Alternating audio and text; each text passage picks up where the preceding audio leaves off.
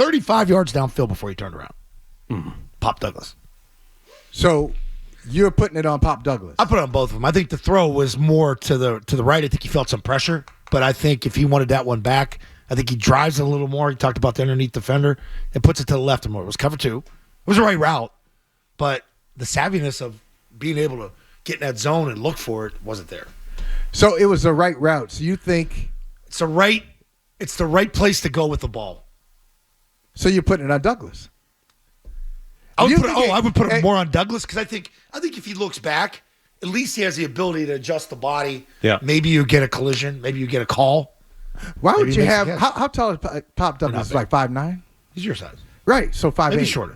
Unnecessary. So 5'7". So 5'7". No, All right, 5'7". We'll keep going down. So why would you go down the middle if that was the right route? See, I'm thinking it was the wrong. I think I'm putting it on May. I think it had to be. Why would you have a 5'7" guy down the middle of the field? Well, because he's the slot guy. And if you get 2, like the guy to that slot, he's got to take the middle. Like if it was Gronkowski and he was the power guy and he's the right tight end, Gronk's taking that. But you don't have a Gronk.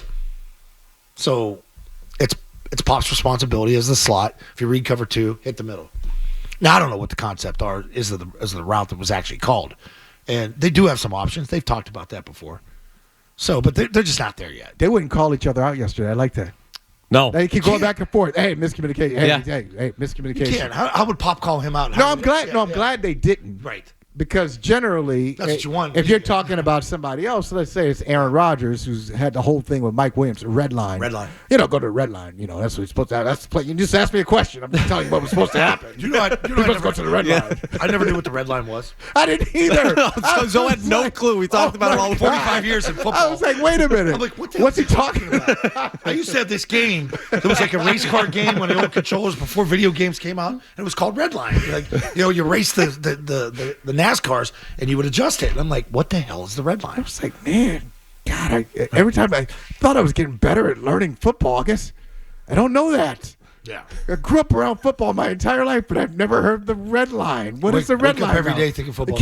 Never knew what red line was. Keep bringing in these new terms. Do I never knew what air pressure in a football was? And I was a ball prepper for 10 years. I would just the kickers get the ball. This feels good. Yeah. That's all it is. Like which strings, which leather feels good. There's too much air. There's not enough air in this one. And that's how we would go. You didn't, and we're not going down there. We're not. No, don't do that. Deflategate. No, I got a headache on that. We did it for months and years. I mean, it's ridiculous. It got to that. When's the last time you heard anybody talk about it? It's not even a thought. It's not. What Matthew Stafford's football yesterday? I don't know. I just know he was able to throw 4 touchdown passes. I don't know. Yeah, so properly inflated, I guess. What the level was in his football. I have no idea. All right, so we spent all last week talking about this being a measuring stick game for this Patriots team. What were your overall takeaways after they fall 28-22? This is probably going to be the norm, that they're going to be competitive, but not have enough horses in the fourth or third to make a difference.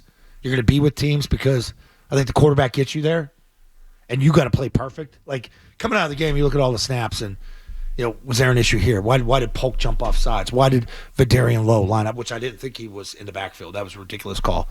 But you've got to be perfect in every situation to have a chance to even win the game. You need some horses. That's another week we come out of it. You see Puka and you see Kupp and you see Stafford. And I said this during the game. Stafford doesn't get enough love. When we do rankings and quarterback lists. Right. I'm sure you've done these too on TV. Oh yeah, definitely. Here's your top 10. Oh, is Stafford a top 10 guy? Yeah, I guess you could put him in there. He might be top 5. He might. No, he's not top 5. But I understand your point. He's definitely top 10. Like you need a guy. Yeah, maybe you need a guy in a game to win. Like Rodgers to me in that Thursday night game, that was the best I've seen Rodgers throw. So that was like the best performance of a quarterback I've seen this year. Yesterday, top 10. Okay. He had 14 completions with 4 touchdowns at one point. Yeah. But it's part of the problem. I agree. More horses. I mean, if you look at it, their number one receiver. Who do you think the Patriots' number one receiver is? Booty. All right. Okay. There you go. Your number one receiver is Kayshon Boutte. Nobody in the league, no defensive coordinator is looking at that guy saying, "We got to stop him. We got to take him. We're gonna bracket him. Right. We're not gonna let him." Like no. So you got Boutte, you got Douglas, and you got Kendrick Bourne, right? Yep. So horses clearly. But how about, and I got into it with Big Ted the Head yesterday, about Frankenstein about coaching. Coaching. He was just like, the coaching lost this game. He said if he really has to break it down to the area of the game where the Patriots lost it, he was BS over the zero blitz at the beginning of the third quarter. He was 2nd and 9. Tucker wasn't getting there. Yeah, but like the call itself, like why are you doing that against Matthew Stafford? Why are you doing all the? He thought they were too aggressive. It was funny because, McBone, it goes. A lot of people were upset about the offense being too conservative. Yeah. And upset about the defense being too aggressive. Maybe you flip it around. Maybe the offense should have been more aggressive. That's the way it was yesterday. Should have been more aggressive at times, and the defense should have been more conservative against those guys. They moved the ball, though. They moved the ball, and I thought Drake from the start of that game, he was ready to go. Like, he's seen the field really well. He's moving well. He's throwing off platform. The tight end room is probably your best group, and it continues to be on the field. His ability to find tight ends now and have a good rapport with them, it's just like we need to develop something on the outside. Like you watch that game with Burrow and Chase and the way Herbert is, I know McConkey's a young kid, but they got rhythm in it. They got rhythm to the way they operate, the way they throw. I think we're trying to find that. But, here's another loss. You come away from the game and you feel good about the quarterback. But, that's where we are. That's where we are. And if you got that piece, you're on your way. Now it's just like the pressure's on that front office to watch these other games, look at the offensive huddles, and say, holy crap. And this is what I do. When Bob and I get out there, like, hey, Bob, look at this huddle. You see Mahomes, Kelsey, they go and get 3 guys. I'm talking like when they had Tyreek Hill. Good backs could catch. I'm like, we're not close to this. But we had Brady as a difference maker. And they know what they're doing, though. It's looking at that huddle. They know where they want to go with it. The whole operation is tight. And then you talk about look at the huddle and looking at some of the personnel. Yeah. All right, you mentioned Nakua is like a 5th-round pick. I don't know how teams passed on this guy because you see him in person. Like he is big and physical. He was running people over. He's like these guys. Both of them are big. Like Cup and 6'4", they're both like big guys. Yeah, they're not burners. So again, what one of them was. And I didn't look at it, but I know one of them was the 3rd round, one of them was the 5th round. Maybe fifth round's Puka. Yeah. Okay, yeah, Puka's 5th round, and then 3rd round for Cooper Kupp. Yeah. Come on. So you can get, and it's interesting. On the same weekend, you face these guys who torch you for 3 touchdowns, and you can't stop them. On that same weekend, 3rd round pick, 5th round pick beat you up. Your 2nd round pick, you release. Finally, thankfully, it's an indictment on bad drafts. Tyquan Thornton. So they just like. Some organizations figure out, and the Rams do. The Rams always, the last few years, 5-6 years under Sean McVay, they always figure out a way I can get a guy who can catch the ball for me. The Patriots, it seems like, 10 years? A dozen years? It's been a long time since they were able to bring in a guy who they drafted in the 2nd or 3rd round as a receiver who worked out. You don't think Jalen Polk's that guy yet? Now that he has more penalties than catches since October 1st? I heard you. Wow, I heard you last week. I think Zoe even called it a D move. You said, oh yeah, great touchdown by Jalen Polk. Yeah, hell of an effort. Great catch. Hell of an effort. It was more about the play. It was more about the play call. It was more about the play call. You surprised them with that. They were like, where did that come from? Look. Here's the crazy thing. The crazy thing is I saw the guy in college. He was awesome. I saw him in camp. Yeah, we saw him in camp. He was I'm great. like, he's going to be your number 1. He was great. Yeah. He was a really good college player. And at times, I don't want to go crazy here because Roma Dunze had a sick last year at Washington. But he missed a few games. Jalen Polk in there, clearly, didn't miss a beat. Number 1. Oh, this guy's a pro. Not an issue. I don't know what the hell happened to him. I don't know. Is it an attitude problem? I don't want to say it's attitude because everybody you talk to said he's such a great kid.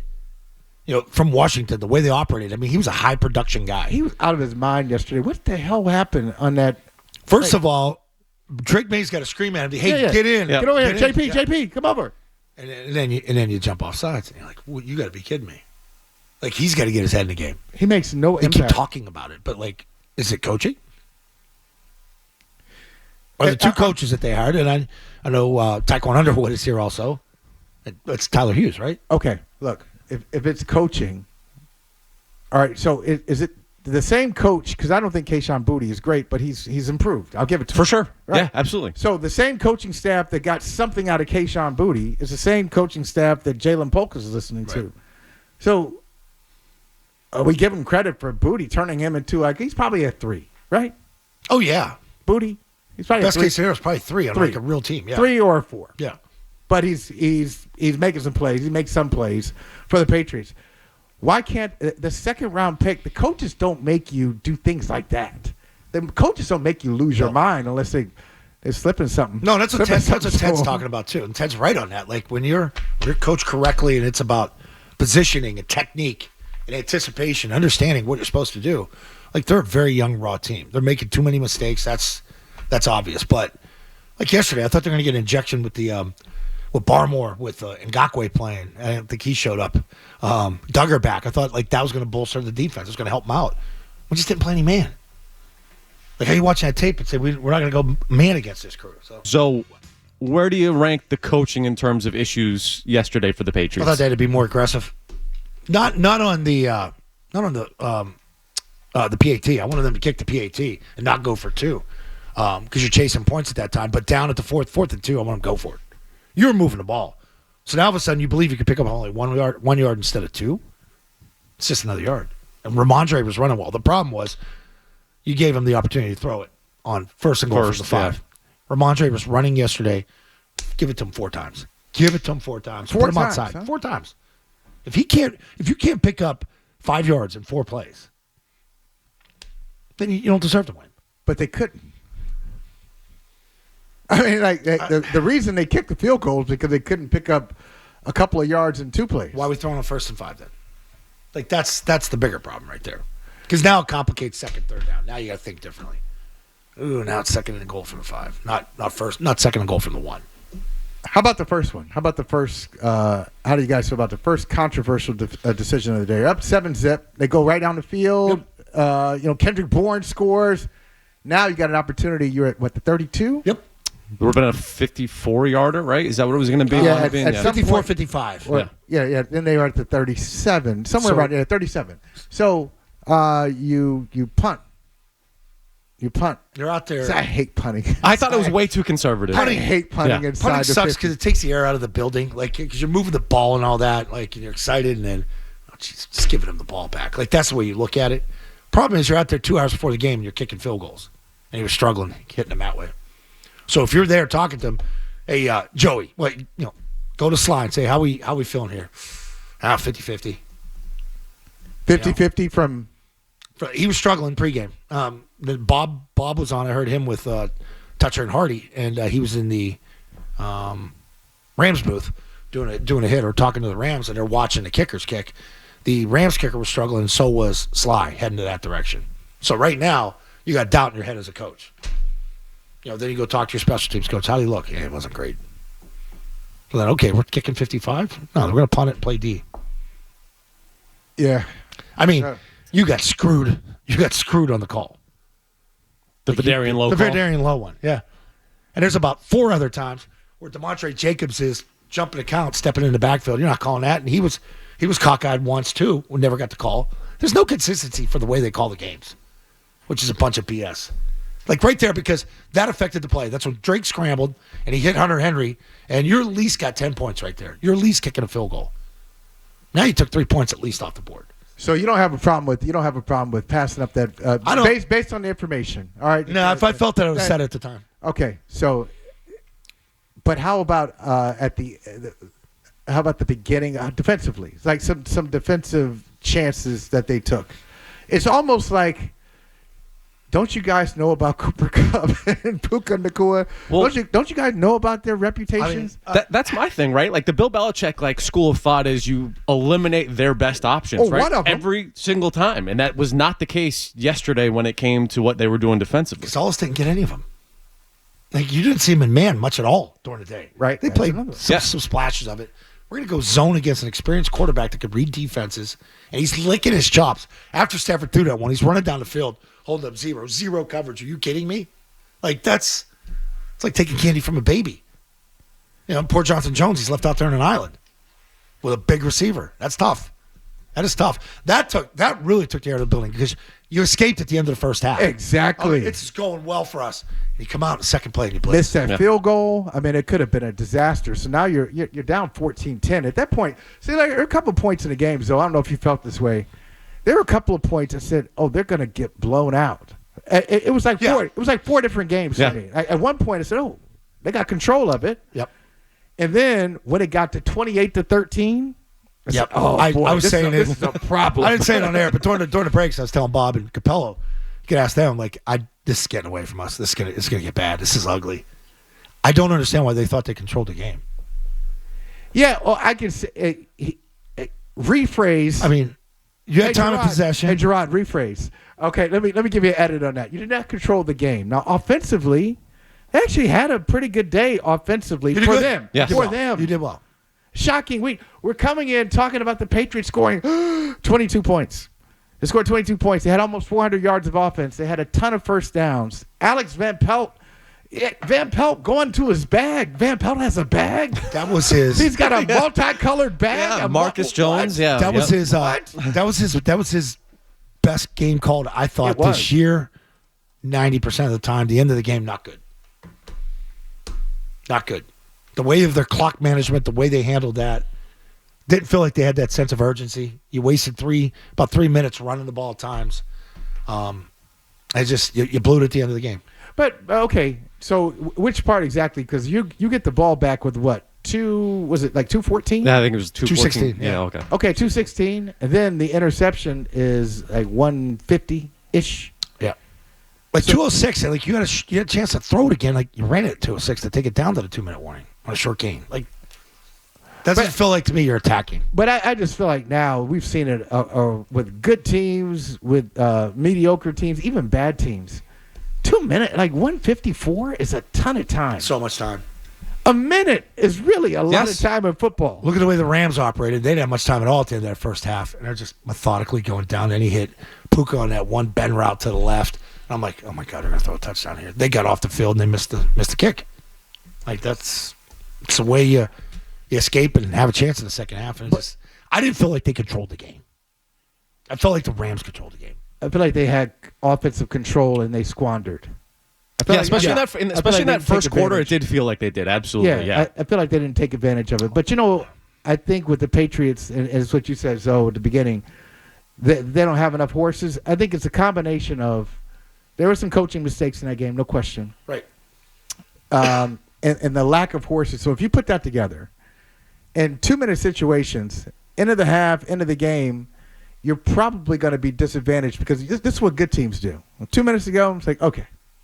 All right, enough of this. Yeah. Enough of this. It's like the NBA. The good teams are going to put you away in the fourth. All right, let's go to our best players. We're done. I'm done playing with you. Stop effing around. That's what happened in the Buffalo game yesterday. 4th and 2.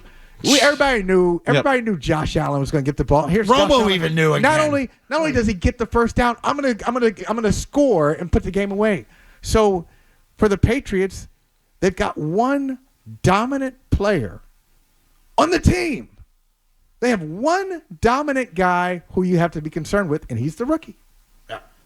And he makes mistakes, but he's going to make mistakes. But he's your one guy. If you're going to be in a 2-minute situation and you say go win the game, you don't have like 5 guys like, oh, it could be him, it could be him, it could be him. No, it's him. It's number 10. That's it. Hey, if you like that clip, check out more videos from Zolak and Bertrand right here. For more Patriots analysis and opinion, hit this playlist. And for all the latest from the Sports Hub, download the app at 985thesportshub.com.